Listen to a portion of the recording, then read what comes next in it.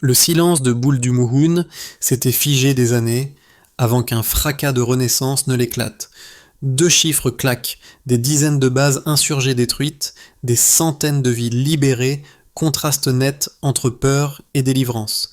Mais que signifie pour le Burkina Faso une victoire reconquise par ses propres mains? Ibrahim Traoré n'a-t-il pas juré que la sécurité doit venir de l'intérieur?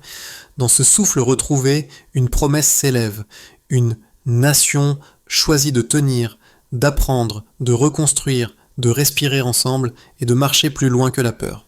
Ce reportage promet d'expliquer comment une doctrine née au sol a changé le cours d'une guerre locale et l'image d'un pays. Le bénéfice pour vous est clair, comprendre un modèle de sécurité autochtone applicable au-delà du Burkina Faso. Nous suivrons la trajectoire qui mène de la peur diffuse à la coordination serrée.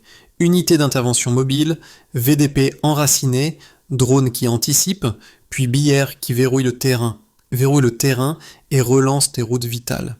Une micro-alerte s'impose pourtant. Chaque victoire militaire ouvre un second front administratif, économique et moral où les erreurs coûtent plus cher car elles rongent la confiance regagnée.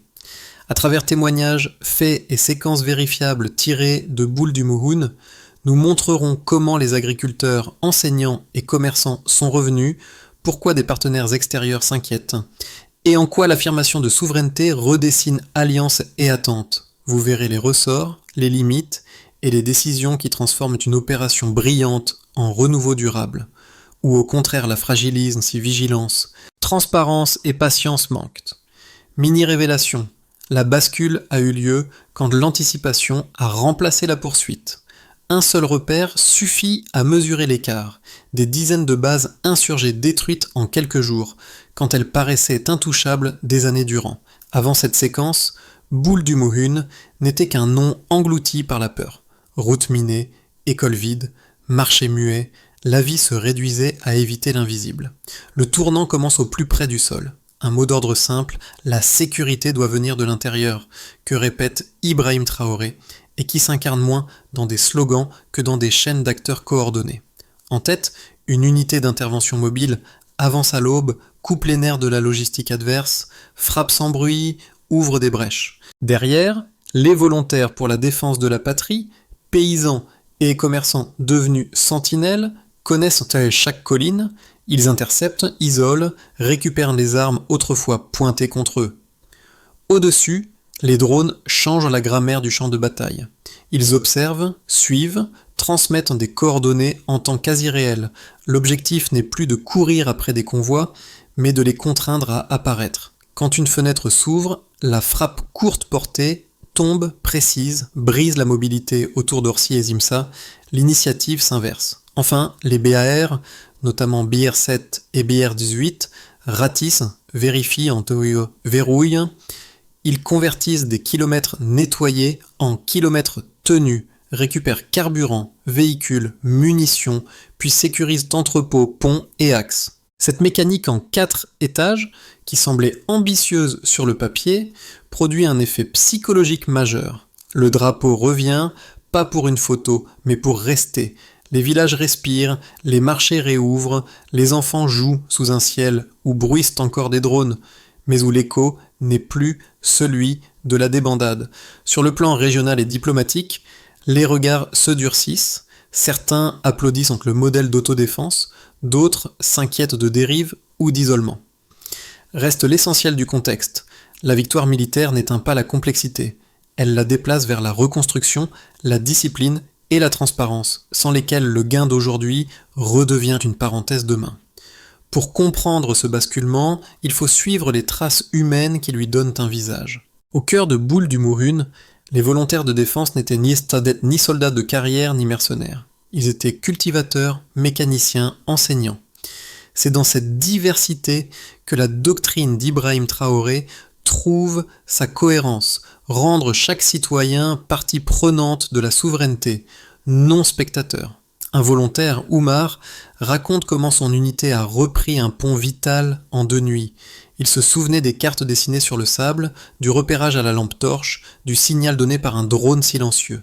« Ce n'était pas un ordre venu d'en haut, dit-il, c'était notre village qui se relevait. » Cette phrase condense l'esprit de la campagne.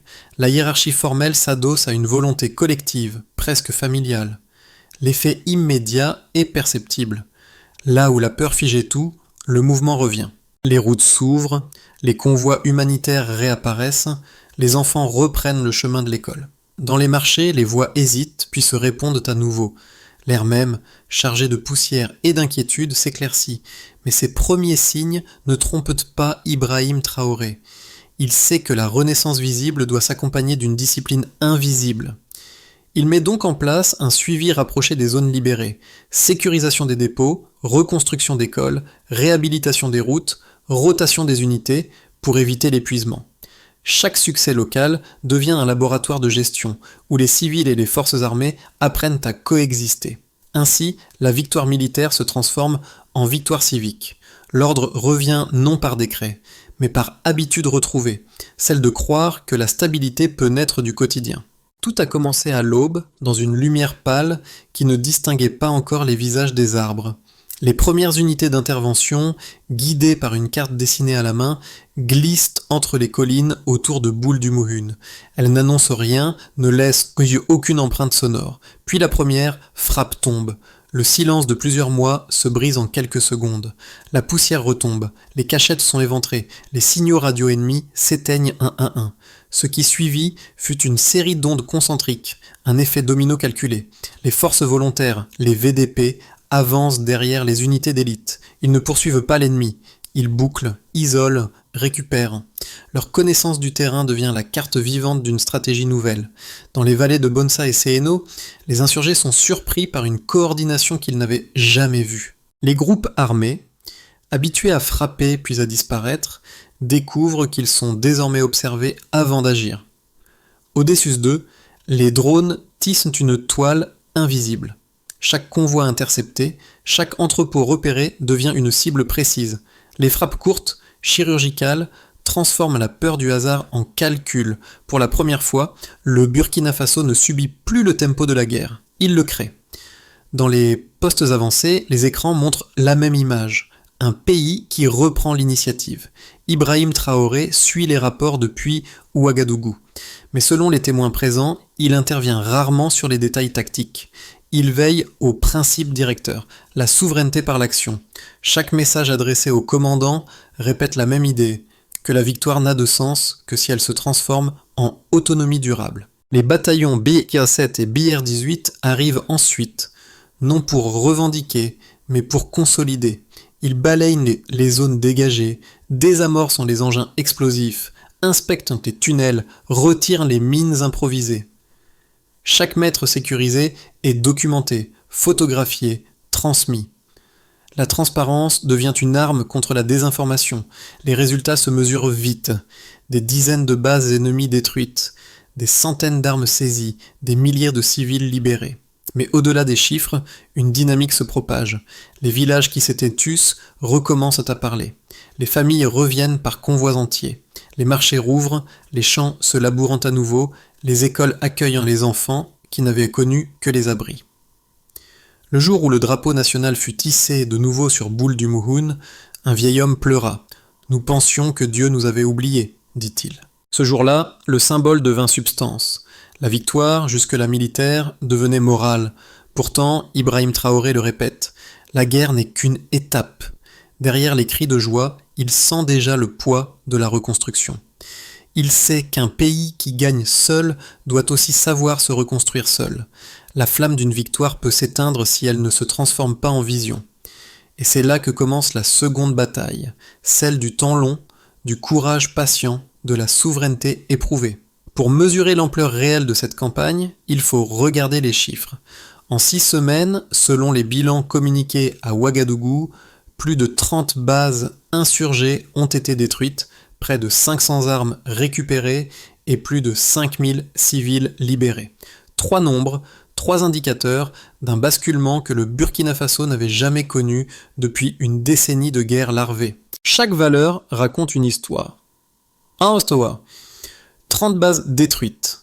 Cela signifie que la cartographie du risque a changé. Les zones rouges sur les cartes militaires se transforment en zones oranges, parfois en vert pâle, selon les observateurs du terrain. Les forces burkinabées, appuyés par des technologies locales et une coordination horizontale, ne défendent plus des positions. Elles les regagnent. C'est la première fois qu'un mouvement insurgé perd en un mois plus de 40% de ses bastions dans le Sahel occidental. 500 armes saisies, dont plusieurs mitrailleuses lourdes, ce n'est pas qu'un inventaire. Chaque fusil récupéré est un symbole.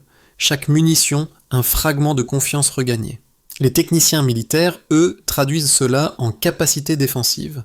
Un gain de 18% de puissance de feu domestique dans les zones rurales. Ce chiffre, modeste en apparence, reflète une tendance stratégique. L'autonomie matérielle commence à compenser le déficit d'assistance étrangère. Ce n'est pas un hasard si Ibrahim Traoré a déclaré que la sécurité devait se financer par nos propres ressources. 5000 civils libérés, voilà le cœur humain du bilan. Derrière ce nombre se trouvent des visages, des familles, des marchés retrouvés. Les sociologues notent une hausse de 32% de la fréquentation scolaire dans les provinces du Nord libérées. Les ventes agricoles, elles, reprennent 18% de volume commercial en plus entre mars et juillet, selon les registres du ministère du Commerce. Ces statistiques ne disent pas tout, mais elles signalent un redressement tangible. Ce renouveau se lit aussi dans les infrastructures. Les routes longtemps coupées rouvrent l'une après l'autre. En moins de 10 jours, les bataillons BR-18 ont dégagé 70 km de voies principales et réparé 9 ponts. Chaque pont restauré est un lien entre deux villages qui s'ignoraient depuis des années. Le transport de marchandises reprend, les camions civils remplacent les véhicules blindés. L'économie informelle, moteur du pays, retrouve son pouls. Mais derrière les chiffres, une question demeure. Cette réussite est-elle durable ? Ibrahim Traoré l'admet lui-même. Ces statistiques ne sont qu'un instantané. Le défi n'est plus de vaincre, mais de maintenir. La consolidation exige des financements internes, une discipline civique et une communication maîtrisée pour éviter que les récits extérieurs n'effacent les progrès réels. Dans ses discours, il insiste sur un triptyque: sécurité, souveraineté, stabilité. Chacun de ces mots doit se traduire en actes mesurables. Les analystes régionaux parlent déjà d'un effet boule du Mouhoun. Une région qui, hier encore, incarnait la chute, devient aujourd'hui la métrique de la résilience. Et si ces trois chiffres, 30, 500, 5000, continuent d'évoluer dans la même direction, le Burkina Faso pourrait, pour la première fois depuis 20 ans, enregistrer un taux de retour civil supérieur à 60% avant la fin de l'année. Toute victoire attire la contradiction. À peine la poussière retombée sur Boule du Mouhoun, deux discours se sont affrontés. Le premier, national, voit dans cette reconquête la preuve qu'un État africain peut se défendre seul. Le second, international, s'inquiète du prix humain et des dérives possibles d'une mobilisation populaire armée. Les observateurs favorables soulignent que la stratégie d'Ibrahim Traoré a inversé 20 ans de dépendance militaire. Ils rappellent que le Burkina Faso, longtemps présenté comme un pion des forces étrangères, a démontré sa capacité d'analyse, de planification et d'exécution autonome. La coordination entre armée régulière, VDP et population civile, affirment-ils, représente un nouveau paradigme africain, la sécurité endogène. Cette approche, soutenue par le Mali et le Niger, est perçue comme un modèle pour la région du Sahel, souvent paralysée par les interférences extérieures. Les chiffres, l'organisation et les résultats plaident en faveur de cette lecture.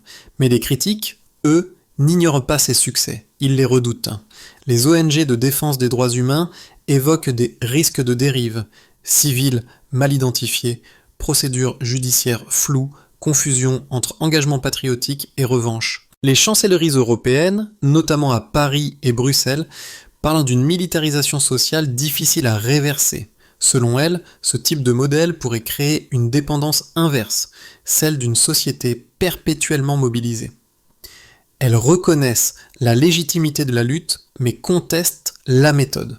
Entre ces deux pôles, la position la plus lucide admet une tension nécessaire. Ibrahim Traoré ne nie pas les risques, il les assume. Il déclare que l'indépendance sans discipline n'est qu'un slogan et appelle à un encadrement strict des VDP. Des commissions mixtes civilo-militaires ont été créées pour surveiller les abus et documenter les interventions. L'objectif est clair, transformer la ferveur en structure. Le débat vif mais utile renforce paradoxalement la crédibilité du projet burkinabé. Parce qu'une souveraineté qui s'expose à la critique est déjà une souveraineté plus solide. Un tournant silencieux, 8 mots suffisent. La victoire change de nature. Au moment où Boule du Mouhoun célèbre la fin des combats, un nouveau défi s'impose, celui de la paix active. La doctrine d'Ibrahim Traoré, jusque-là militaire, devient civique. Les bataillons béliers ne sont plus redéployés pour le combat, mais pour la reconstruction. Sur le terrain, l'image parle d'elle-même. Des soldats en bottes couvertes de boue déplacent des pierres, soudent des poutres, réparent les ponts qu'ils avaient protégés. Les convois qui transportaient des munitions livrent désormais du ciment, des vivres et des médicaments. La guerre se métamorphose en chantier. Chaque véhicule repeint aux couleurs nationales devient une proclamation. Nous sommes encore là. Ce renversement marque un moment d'équilibre fragile. Le pays ne cherche plus à survivre, il apprend à durer. Les tensions avec l'extérieur s'aiguisent, mais à l'intérieur, la cohésion renaît. Dans les marchés de Moraba et Bonsa, les commerçants échangent à nouveau sous les drapeaux restaurés. Ce passage du fusil à la truelle, de la peur à la patience, signe la véritable renaissance du Burkina Faso, une victoire de la volonté sur le désespoir. Les conséquences concrètes de la campagne de Boule du Mouhoun se déclinent sur 4 plans, national, économique, social et régional. D'abord, la sécurité devient doctrine. Dans les ministères, la victoire se traduit par une réorganisation des priorités budgétaires. Sous la direction d'Ibrahim Traoré, 18% du budget national est redirigé vers la défense locale et la reconstruction. Les préfets reçoivent de nouvelles directives. Chaque province doit disposer d'un plan autonome de vigilance. Cette décentralisation de la sécurité, inspirée de l'expérience des villages libérés, donne à l'État une présence plus fine, moins hiérarchique, mais plus réactive. La capitale, Ouagadougou, devient un centre de coordination plutôt qu'un poste de commandement absolu. D'abord, l'or et la terre reprennent sens. Les concessions minières, longtemps exploitées par des sociétés étrangères, sont réévaluées. Une partie des revenus aurifères alimente désormais un fonds de reconstruction. Le commerce rural reprend. Les chiffres officiels montrent une hausse de 22% des échanges agricoles dans les zones sécurisées. Les marchés, jadis muets, reprennent leur place d'échange et d'identité. Chaque transaction devient une forme de résistance économique. D'abord, la confiance civique refleurit. Les écoles rouvrent, les enseignants reviennent, souvent escortés par les volontaires qu'ils connaissent par leur prénom. Les coopératives féminines se reforment, les jeunes créent des comités de quartier pour veiller à la sécurité. La société redécouvre le concept de participation utile, celui d'un engagement quotidien sans héroïsme. Les témoins rapportent d'un phénomène rare, la disparition des signes visibles de peur, plus de murs effondrés, moins de visages fuyants. L'air se peuple de conversations et de projets. Les mots revenir, bâtir, oser deviennent récurrents dans les radios locales. D'abord, et diplomatique, un signal d'autonomie. Le Mali et le Niger saluent l'expérience burkinabé comme un modèle de sécurité autochtone. L'Union africaine reprend même le terme dans ses communiqués officiels. Mais à Paris et Bruxelles, le ton est prudent. Certains analystes parlent d'un glissement stratégique du Burkina Faso hors des sphères d'influence occidentale. Les chancelleries demandent des garanties sur les droits humains et la transparence des opérations. Pourtant, sur le terrain, ces inquiétudes semblent lointaines. Les populations du Sahel voient surtout un exemple à suivre, celui d'un État qui refuse la tutelle sans renier le dialogue. Cette redéfinition des rapports de force, amorcée à Boule du Mouhoun, dépasse le cadre militaire. Elle interroge l'équilibre même des alliances africaines, et Ibrahim Traoré, en acceptant d'être au centre des débats, transforme son pays en laboratoire de souveraineté, observé, critiqué, mais respecté. Le Burkina Faso devient non plus un espace de crise, mais un espace d'expérience politique. L'avenir du Burkina Faso se dessine entre 3 horizons que les analystes appellent désormais bases optimistes et pessimistes. Chaque scénario repose sur les mêmes constantes, la doctrine d'Ibrahim Traoré, la discipline civique et la pression extérieure, la stabilisation contrôlée. Dans cette trajectoire, le pays consolide ses gains militaires, mais la croissance économique reste lente. Les structures locales de défense se professionnalisent, les VDP deviennent une réserve nationale encadrée. Les routes principales sont rouvertes, les écoles réhabilitées à 60% et les exportations minières reprennent partiellement. La société s'adapte à une indépendance plus exigeante, où la vigilance quotidienne remplace la dépendance structurelle. Ce scénario, jugé le plus probable par les observateurs régionaux, suppose un équilibre fragile entre fierté et prudence. La transformation réussit. La sécurité devient durable, l'économie se diversifie. Les coopératives agricoles reçoivent un appui institutionnel, la diaspora réinvestit, les infrastructures régionales se modernisent. Le Burkina Faso attire des partenariats africains inédits, Niger, Mali, Ghana, pour bâtir un corridor économique sahélien. Les médias internationaux, d'abord sceptiques, reconnaissent l'efficacité du modèle boule du Mouhune. Dans ce scénario, la doctrine de souveraineté d'Ibrahim Traoré inspire un discours continental, celui d'une Afrique capable de se défendre et de se nourrir seule. La fatigue du renouveau. Les tensions internes s'accumulent, lenteur administrative, manque de ressources, pression diplomatique. Les insurgés dispersés se réorganisent dans le nord, les réseaux clandestins reprennent vigueur. La défiance s'installe entre civils et militaires, les aides internationales se raréfient. Le risque n'est pas une chute brutale, mais une érosion continue. La souveraineté, sans résultat tangible, se vide de son sens politique. C'est le scénario que redoute le plus Ibrahim Traoré, conscient qu'un excès d'orgueil pourrait inverser les gains obtenus. Entre ces trois chemins, la clé repose sur un principe simple, la cohérence entre indépendance et responsabilité. Un pays qui s'affirme doit accepter la lenteur du progrès et la rigueur de la transparence. Ou, comme l'a résumé un ancien volontaire, la liberté est un outil, pas un trophée. Ce moment du récit ne parle plus seulement du Burkina Faso. Il s'adresse à chacun de ceux qui regardent, écoutent ou lisent. Car derrière chaque mètre de terre reconquise, il y a une idée universelle, celle du courage ordinaire. Ibrahim Traoré l'a souvent répété, la souveraineté ne se décrète pas, elle se pratique. Et cette pratique commence là où l'on vit, dans les choix minuscules, dans la fidélité à ce que l'on veut protéger. Pour les jeunes Africains, le message résonne comme une invitation, prendre part à la défense du possible. Le Burkina Faso montre qu'une génération peut transformer la peur en méthode, et la méthode en mouvement collectif. Pour les diasporas, souvent écartelées entre l'admiration et l'inquiétude, c'est un rappel. Le lien avec la terre d'origine n'est pas sentimental, il est structurel. Un pays qui se relève seul inspire une responsabilité nouvelle à ceux qui vivent loin de lui, mais le propos dépasse le continent. Dans chaque nation, quelle qu'elle soit, subsiste cette tension entre dépendance et autonomie, entre sécurité importée et sécurité vécue. L'exemple burkinabé devient alors un miroir. Que faisons-nous de notre liberté ? Attendons-nous qu'elle nous soit donnée ou décidons-nous de la maintenir coûte que coûte ? Dans les villages libérés, les rires d'enfants remplacent les bruits de drones. Ces sons minuscules valent toutes les statistiques. Ils rappellent que la paix n'est pas un silence. C'est une conversation continue entre mémoire et avenir. Et si le Burkina Faso peut parler à travers cette renaissance, c'est pour dire à chacun que le courage collectif commence par un acte personnel, refuser la résignation. Pour que cette victoire devienne durable, le gouvernement d'Ibrahim Traoré trace une feuille de route claire, articulée en 5 étapes. Chaque étape répond à une question simple. Qui agit, quand et comment mesurer le progrès ? D'abord, sécuriser ce qui a été gagné. Les unités BIR et VDP sont maintenues sur place, mais soumises à une rotation trimestrielle. Des comités civilo-militaires locaux vérifient chaque semaine l'état des infrastructures et des dépôts. La stabilité n'est plus une annonce, c'est une routine.